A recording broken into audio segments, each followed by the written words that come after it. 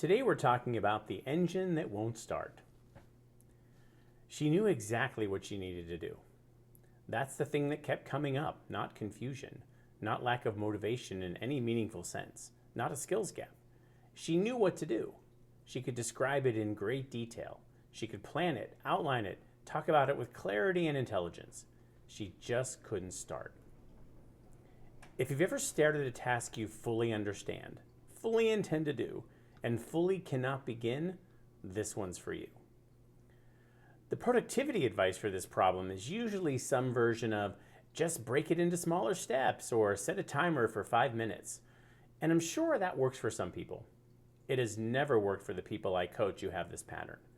Because the problem isn't the size of the task. The problem is the starting mechanism itself. The ADHD brain runs on an interest-based nervous system. That's not a metaphor, it's neurological. The engine doesn't start on demand.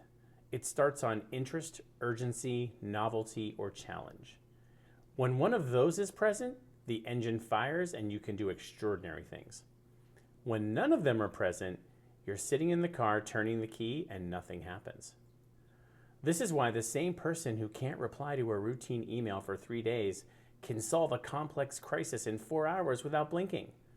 It's not discipline, it's not laziness, it's a different starting system. The question worth asking isn't, why can't I just start? That question assumes your engine works like everyone else's. The better question is, what does my engine actually need to turn over?